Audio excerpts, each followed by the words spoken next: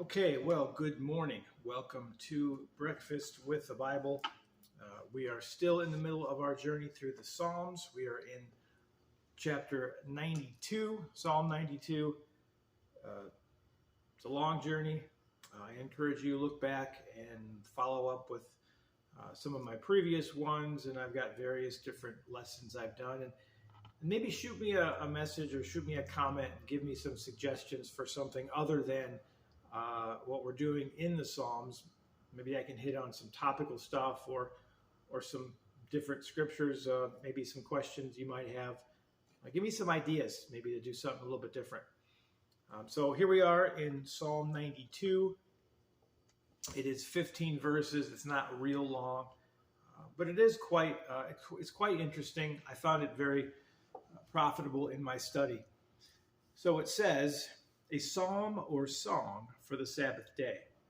It is a good thing to give thanks unto the Lord and to sing praises unto thy name, O Most High, to show forth thy loving kindness in the morning and thy faithfulness every night, upon an instrument of 10 strings, and upon the psaltery, upon the harp, with a solemn sound. For thou, Lord, hast made me glad through thy work. I will triumph in the works of thy hands. O Lord, how great are thy works, and thy thoughts are very deep. A brutish man knoweth not, neither doth a fool understand this. When the wicked spring as the grass, and when all the workers of iniquity do flourish, it is that they shall be destroyed forever. But thou, Lord, art most high forevermore. For lo, thine enemies, O Lord, for lo, thine enemies shall perish. All the workers of iniquity shall be scattered.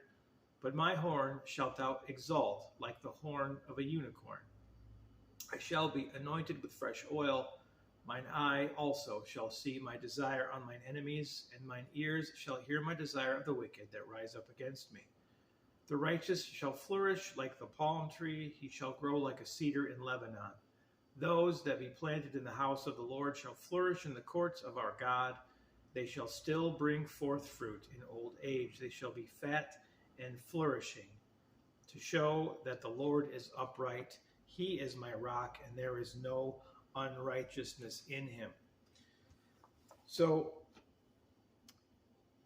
I read this somewhere, so it's not, I didn't make it up, but I don't remember who quoted it. It says, this song for the Sabbath is proof enough, if such were needed, that the Old Testament Sabbath was a day not only for rest, but for corporate worship, and intended to be a delight rather than a burden. I like this psalm. I like the way it's laid out. I think that it does give us a lot of insight into the organization of church service. Maybe it's not specifically that, but I think I see a lot of things that tied together. The title of this psalm is a psalm or song for the Sabbath day. We have nothing else other than that. Reading it, we can see why it would indeed be fitting reading for a profitable church service. Now, we don't have an author. We don't know who wrote it. We don't have anything specific that gives us that answer. To dig deep into the text would be a great message in itself, and I think that's how we're going to go through it. We're going to look at it as laid out kind of in a church service. Now, again, we don't appear to have any reference to a specific writer.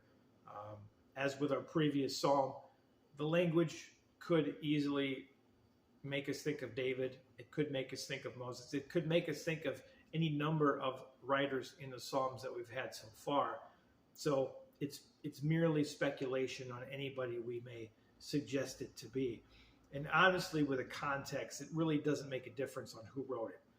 I think the context is so full of really solid truth and really good imagery that it wouldn't really make any difference if we knew the author or not.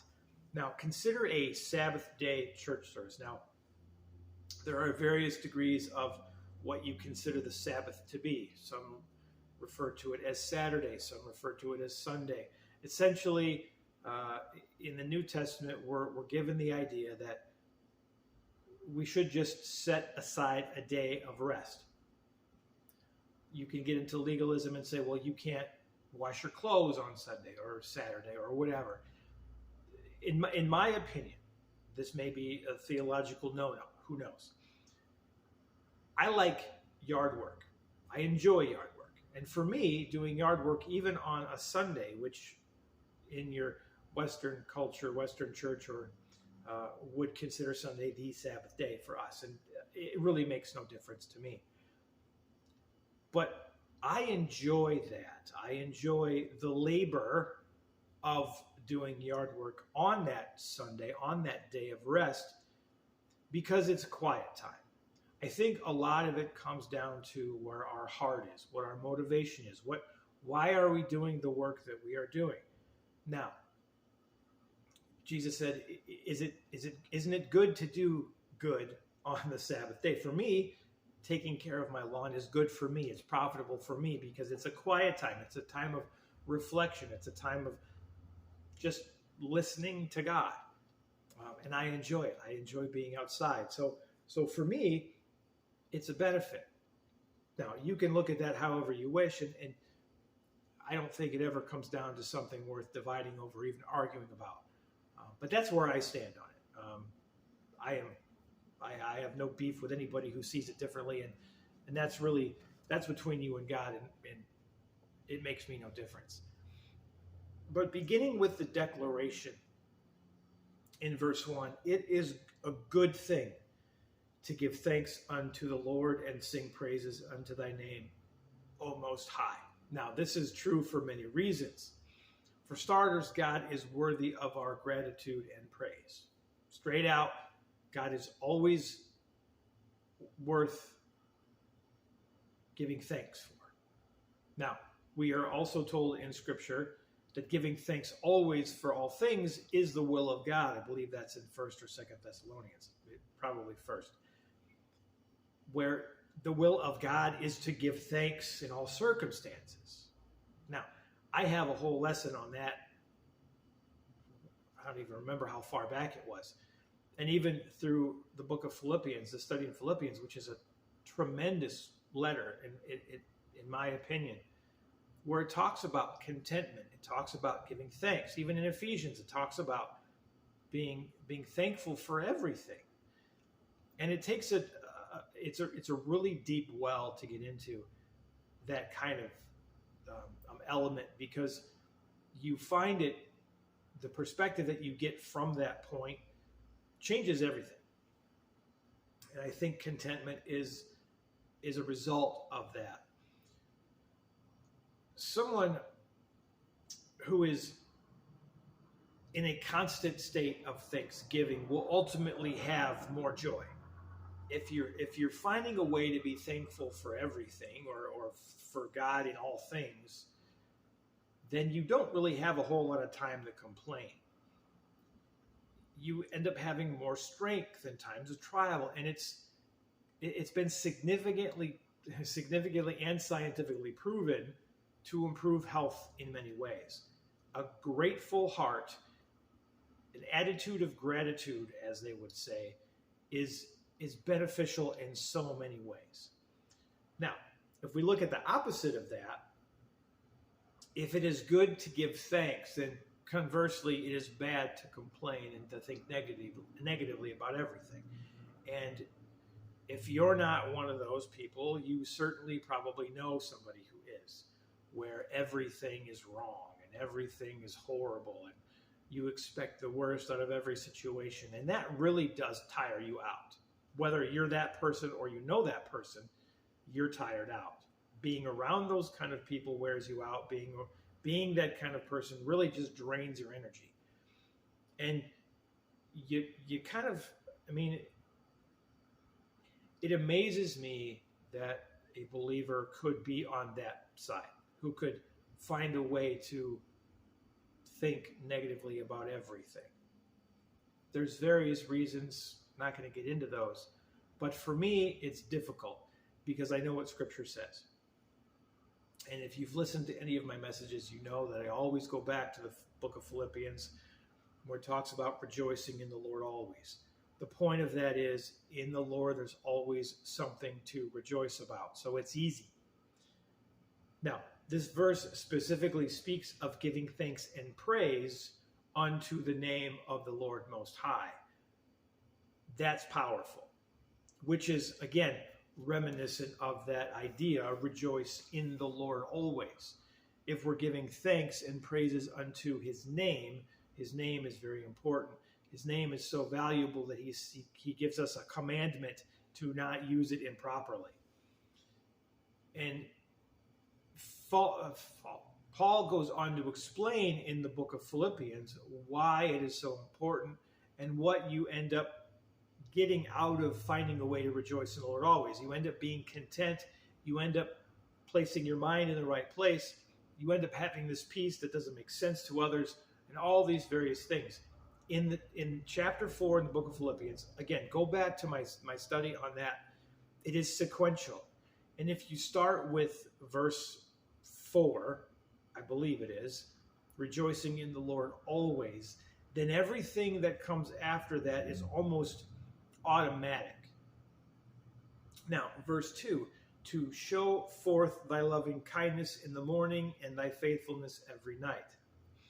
We're giving thanks and praise, and we're showing forth thy loving kindness in the morning and thy faithfulness in the evening. It is good to declare his loving kindness in the morning and his faithfulness every night. We start with declaring his loving kindness in the morning because it establishes our confidence for the rest of the day. That's that optimism, that's that joy, that's that looking ahead with great expectation that the Lord is going to do something. Now, we declare his faithfulness every night because it reflects on the day we've just experienced. It instructs us to look back on the ways God has provided for us, and it repeats the cycle the next day. So we're giving thanks for his loving kindness, looking forward to it, and then in the evening giving thanks for his faithfulness that he was there throughout the day, and it propels us into the next morning and so on. And if you establish that, then you've got a very healthy, very profitable, very joyous kind of approach to life. It is a perfect tie, as I said, to Philippians 4, and I encourage you to get into that. Verse 3, upon an instrument of 10 strings, and upon the psaltery, upon the harp with solemn sound. This is quite possibly one of the main verses that give us the inspiration to open services with praise and worship. Maybe. I believe it is. Since this is a psalm for the Sabbath day, it would not be difficult to assume. We're looking at stringed instruments. We're looking at the psaltery. We're looking at the harp. We're looking at it following this foundation, if you will, of praise and worship. So our service opens with praise and thanksgiving, confidence in God's grace, and worship with music.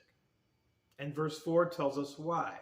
For thou, Lord, or because, Lord, you have made me glad through thy work.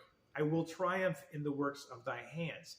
Because the Lord has made me glad, we are glad because of the work he does, and we are glad because we know that nothing the Lord sets out to do can fail. I will triumph in the works of thy hands. It doesn't say the work of my hands. If I'm doing the work of the Lord, there is victory, there is triumph.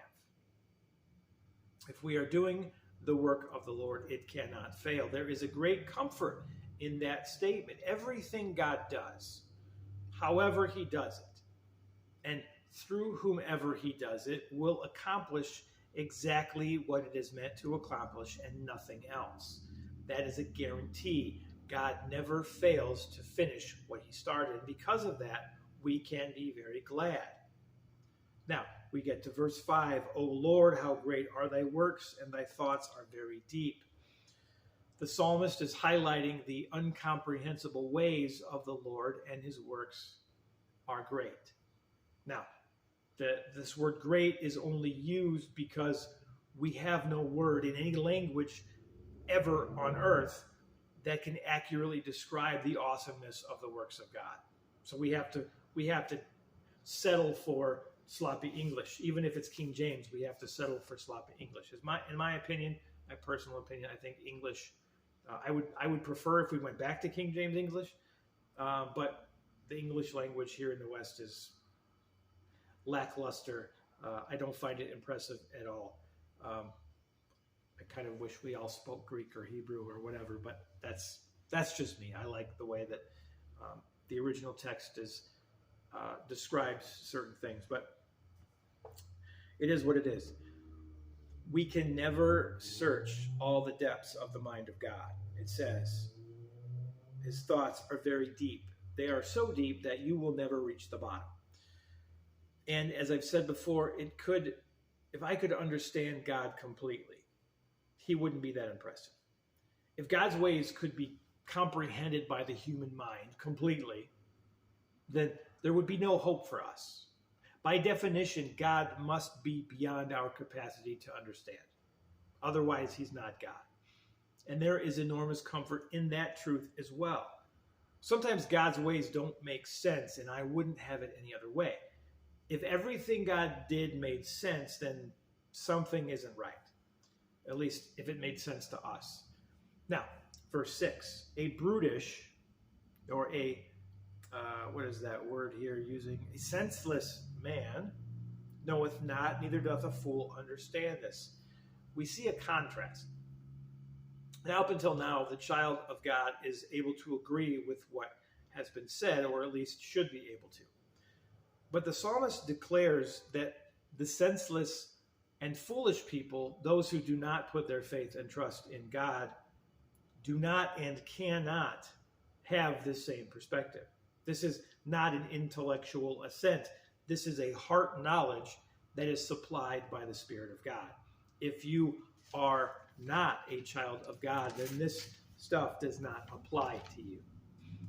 Without the Spirit of God at work, no man would be able to understand these truths. So the Spirit must do the work first. And that is extremely significant. Now, if we fail to acknowledge the Spirit's responsibility in our faith and grasp of him, we will be prone to take some kind of credit for it. Now, that statement, I understand, may trigger some people because it sounds quite Calvinistic, and I'm okay with that. That is the way I kind of lean. I'm not going to get into that debate. It's unprofitable. The perspective allows me the privilege to appreciate God's grace just that much more. And again, I'm okay if we disagree. It's not something that I would divide over. I would rather seek unity than the argument of who is right and who is wrong. Because once an argument has begun, no matter who is right, both sides have already lost. And as far as I'm concerned, so it's not worth having a heated argument over it where nobody ends up being any better for it. Now, verse 7, when the wicked spring as the grass and when all the workers of iniquity do flourish, it is that they shall be destroyed forever. This speaks a truth we must never forget. The wicked and the workers of iniquity do appear to be flourishing. And here in the temporary, they may actually be.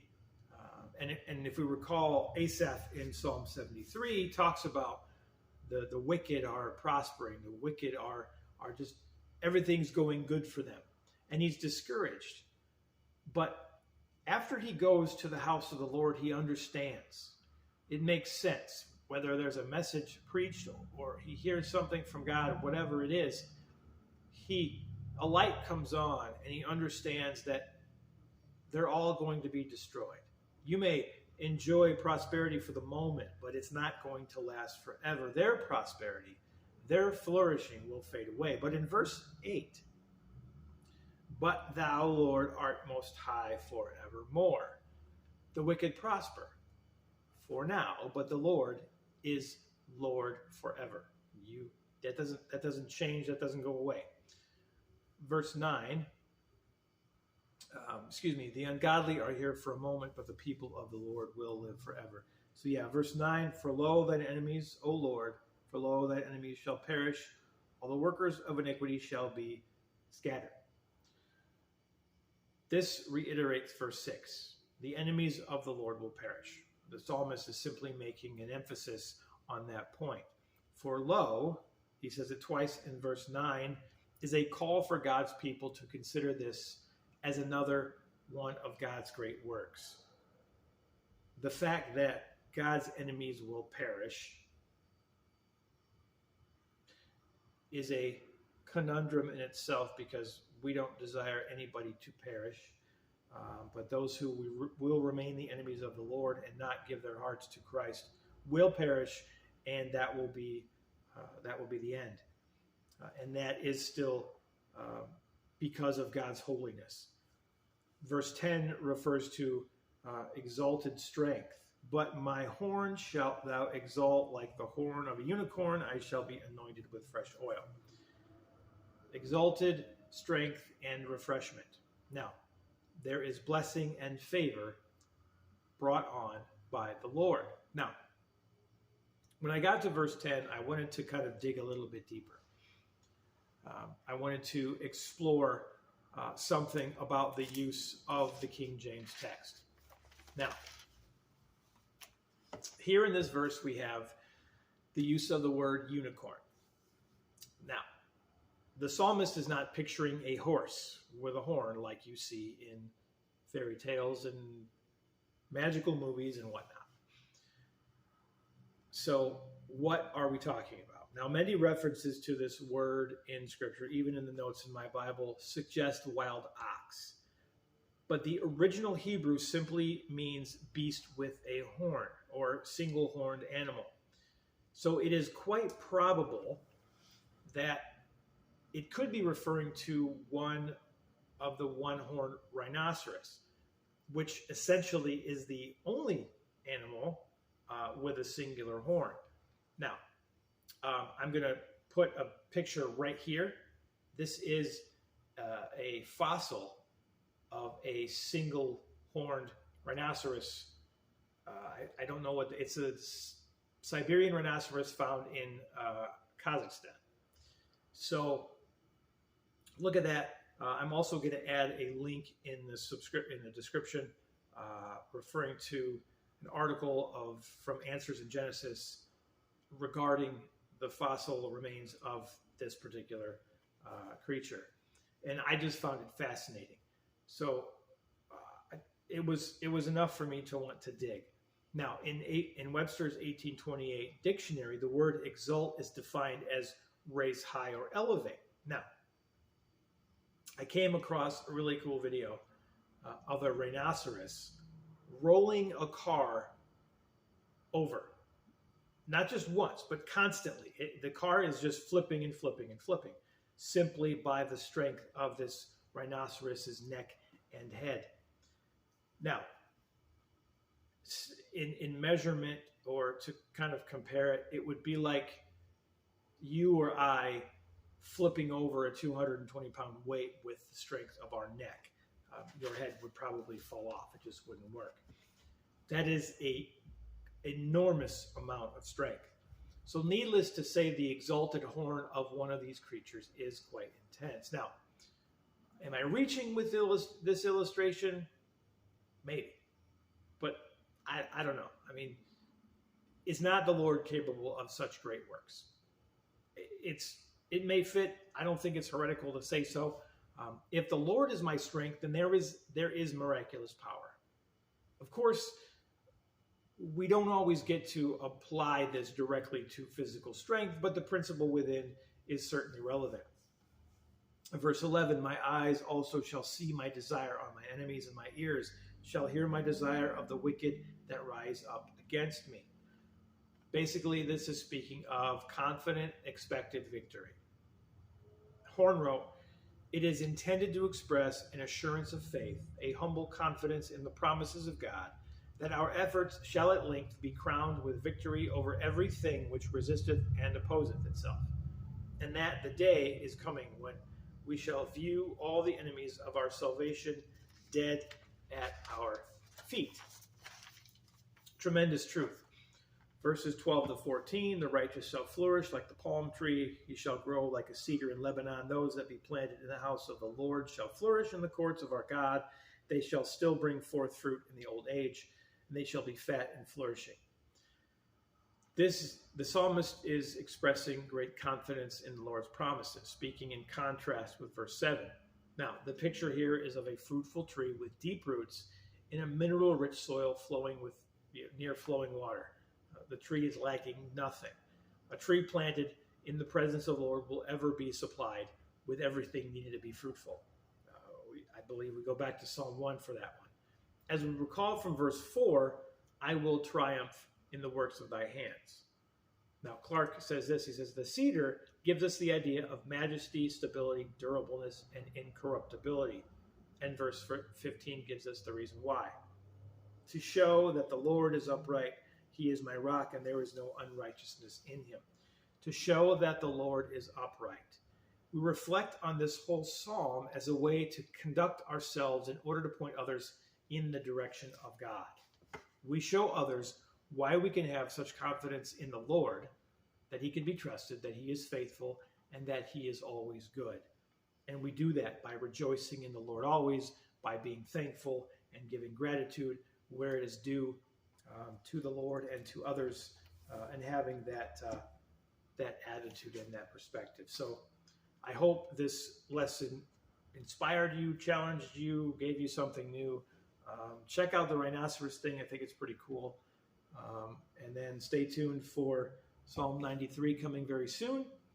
And Lord willing, we will finish the book of Psalms sometime before the rapture. Who knows?